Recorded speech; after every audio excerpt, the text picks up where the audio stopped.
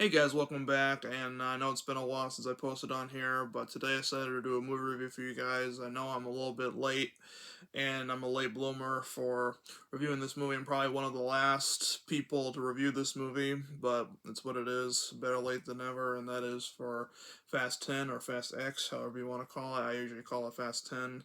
Um, but so basically, what the movie's about is Dominic Toretto and his family and crew are being targeted by a new villain named Dante Reyes, who's the son of the crime boss that they defeated at the end of Fast Five. And Dante is out for revenge against Dom and his family and crew, and basically wants to ruin all of them and to basically kill all of them, and Dominus crew basically, try to, um, you know, go after Dante so that, that all the hell that he's putting them through just ends. And that's basically the movie in a nutshell. And I was really excited for this one when it came out. I saw it first week, and I was really impressed with it. I know a lot of people give this franchise shit now, saying that it died when Paul Walker died and all that stuff, but I don't think it did. I think that they're living up to what they originally planned for, because Vin Diesel has said that in the past that him and Paul, talked about going all the way to 10, so they're living up to that promise. So, I mean, you gotta respect Vin Diesel and everybody else for, sticking to their promise that they talked to Paul about. So, it is what it is with that. And this one's directed by Louis Leterrier. It was going to be directed by Justin Lin, but he dropped out first week of filming, I believe, and he is one of the producers instead, because of creative differences between him and Vin Diesel, I think. And Justin Lin got really pissed off with him for some reason. And I know a lot of people give a lot of shit to Vin Diesel, but I don't think he deserves that. And it's Vin Diesel's franchise, so I mean, like, what else more can you do? But you have, everybody returning. You have Michelle Rodriguez, Tyrese, Ludacris. You have Jordana Brewster, Sun Kang. And you also have Helen Mirren returning. She was in Fast 9, or F9, however you want to call it. And you have John Cena returning. And you have, what's her name? I think it's uh, Naheli Emmanuel. I think that's how you pronounce her name. I apologize if I butchered her name, but I think that's how you pronounce it. You have Scott Eastwood returning as Little Nobody from The Fate of the Furious. He's returned. You also have Alan Richardson. Um, you also have Rita Moreno, Brie Larson, Jason Statham, Charlize Theron as Cypher again returning, and you have Daniela um, Melchior, I think that's how you pronounce it. I probably messed that name up, and I apologize if I have.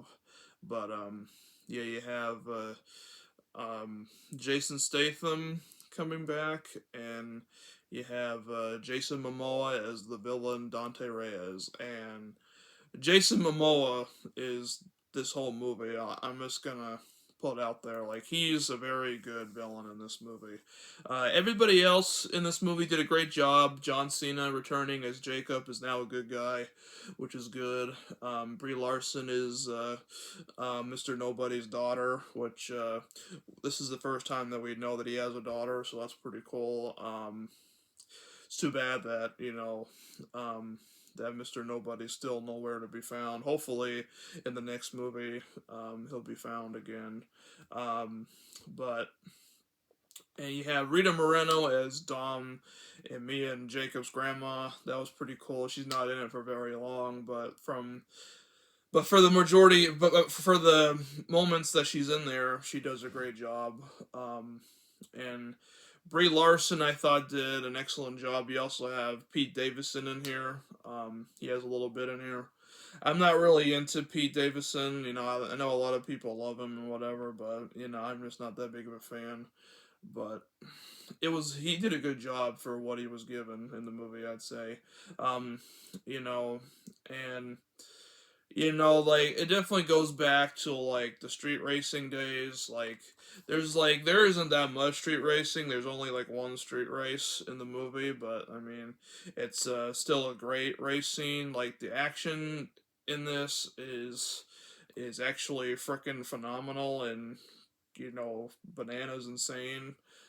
Same with like the stunts with like the cars and everything, like that's batshit crazy insane, and the CGI. I know a lot of people think that the CGI is terrible in these movies now, but I personally love the CGI effects. I think that they hold up to the movie very well and how it basically connects to the whole purpose of this franchise. And the one thing that I'm a little disappointed about was that we didn't get a director's cut version as we got with all the rest that came beforehand, like Fast 5, 6, 7, The Fate of the Furious, F9. I was a little slightly put off by the fact we didn't get a director's cut for this. But I'm sure there's deleted scenes as a special feature, so I mean, like, at least there's that. I'm pretty sure that there's deleted scenes. But yeah, this was supposed to come out in 2021, but COVID fucked everything up. So Fast 9 ended up being released in 2021 because it was supposed to be in 2020, but COVID basically pushed everything back and they released it in 2021. So we got this year, and better late than never. It's definitely worth the wait. Just like F9 was definitely worth the wait, and this one was actually a lot better than F9 in my opinion. I didn't mind Fast 9. I know a lot of people hated it. I personally loved it. But I think this one was a lot better than F9. That's just my opinion though. And it's sad that the franchise is coming to an end, but hey, it all has to end at some point. But if you guys seen the unboxing video, like you already know what this looks like from like the back and side and the whole 9 yards. So I'm not gonna show that. But if you want to see my unboxing video, you can definitely check that out. And also, I'll be doing the giveaway of um, the digital copy code, which I've done a video of that. So if you're interested in it, let me know in the comments, or you can comment on that video if you wish.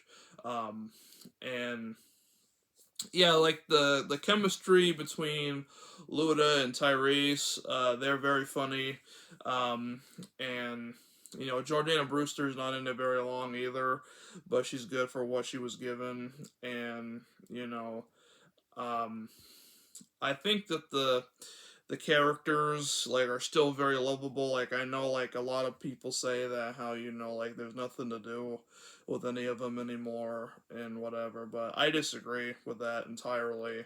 Um, and there's just like there's great scenery in these movies, like especially this one because they go back to Rio, and the scenery is just beautiful, and there's a lot of great looking women. The cars are awesome, and I mean, like you can't go wrong. Like even if you're not a fan of every single movie, like you have to admit that the cars are pretty awesome looking, and and I like how like in the beginning, it like basically like it reminds you what happened at the end of Fast Five. Like what they did was like they basically take footage from Fast Five and they intercut it with stuff that was happening like that we didn't see in Fast Five. Jason Momoa was tied into it, so that was pretty cool to see to do that. And plus, you see a flashback of Brian, so that's a plus too. And um, he's not in the movie, of course, but it was nice to have him. It was nice to see him again, like in like a flashback in the beginning of the film, and also his daughter, Meta Walker, actually has a cameo appearance as a flight attendant in this movie. For those wondering, if you follow her on Instagram, which I am, um, she posted that she was going to be in there, so that's pretty cool. And um, it's a scene where Jacob and Dom's son are on the flight, and she basically talks to John Cena for like a minute or so, and that was pretty cool to see. Of course, Vin Diesel's still part of the producing crew, and You know, like I thought that they did a good job with this is like a part one. It ends on a cliffhanger. The cliffhanger, like you mean, like you'll never see coming. The cliffhanger was pretty sweet, and there's also one mid-credit scene. Definitely want to stick around for that. That mid-credit scene is awesome. You definitely want to stay tuned for that one. And yeah, I'm just excited for what they're gonna give us for the next movie. And the next movie's coming out in spring of 2025, so can't wait for that. And it's sad that it's gonna be the end, but you know, everything's got to end at some point. You know, I know a lot of people are tired of the franchise, but I'm personally not. Um, I know I probably sound like a broken record for saying that, but you know, it's what it is. It's one of my favorite franchises of all time, so I mean, I can't look at it logically and basically like critique it as a lot of other people might. And we're all entitled to our own opinion. So if you don't like the series right now, then that's totally fine. Um, but I will eventually do a Fast and Furious collection, but I'm not gonna do it until like all movies are released. So I won't do it until the next one is gonna come out. So, and I'll also some point in the future after all movies are out, I will do the I'll do a ranking video. Um, and I'll ask you guys a question. You can let me know in the comments. Which Fast and Furious movie is your favorite in the saga so far? Um, and it could be anyone. It could even be, you know, Hobbs and Shaw or whatever, you know. Um, and Jason Momoa, um, he's a very good villain. He's an underrated villain, and you know he basically makes Charlize Theron's Cipher look like nothing because like he's just very over the top, you know, with the humor and the psychoticness. Like he's a lot like Joker in a way, like as like he's so crazy and like he laughs at like a lot of stuff and like he's just very like you know sick in the head. Um, but I thought that Jason Momoa was a great choice for a villain. I was surprised that Jason Momoa was actually going to be a villain, so that's pretty cool. And yeah, like it's definitely like I know like a lot of people are going to be like, you know, like well this movie has like a lot of like, you know, like stuff that you know like probably should have been added to the movie, but it's a part one, so you're basically judging a movie that hasn't even been complete yet. So this is the part one of the ending. So I mean, and it's pretty good. It's a pretty good, satisfying ending so far, and we'll have to see what's in next in store for us. And supposedly Paul Walker is going to be returning for the next one with CGI usage, so that'll be cool. Um, Vin Diesel said that that one's going to be a proper goodbye. It's going to be a proper goodbye, a final goodbye to Brian. So that'll be nice.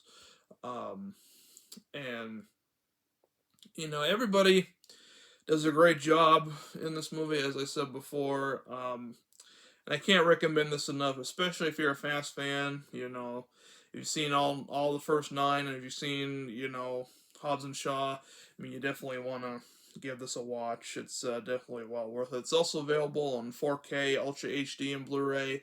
I just bought the Blu-ray and the DVD combo pack with the digital copy code.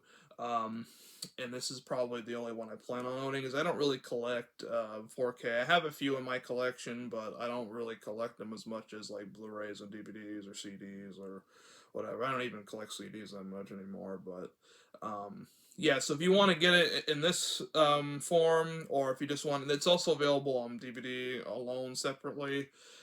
So if you don't have a Blu-ray player, if you do have a Blu-ray player, or if you do have a 4K player, or if you do not, it's available in the whole 9 yards, so that's pretty cool. So you can definitely pick this up. It came out not too long ago. Recommend it. Looks great on DVD. Have yet to check out the Blu-ray, but I'm pretty sure it's gonna look just as good. So definitely check it out. Let me know in the comments what you thought of Fast 10, and let me know what's your favorite Fast movie so far in the saga. Love to hear from you guys, and as always, thank you for subscribing and commenting and doing all that good stuff. I appreciate y'all so much, and stay tuned for my next video. Peace.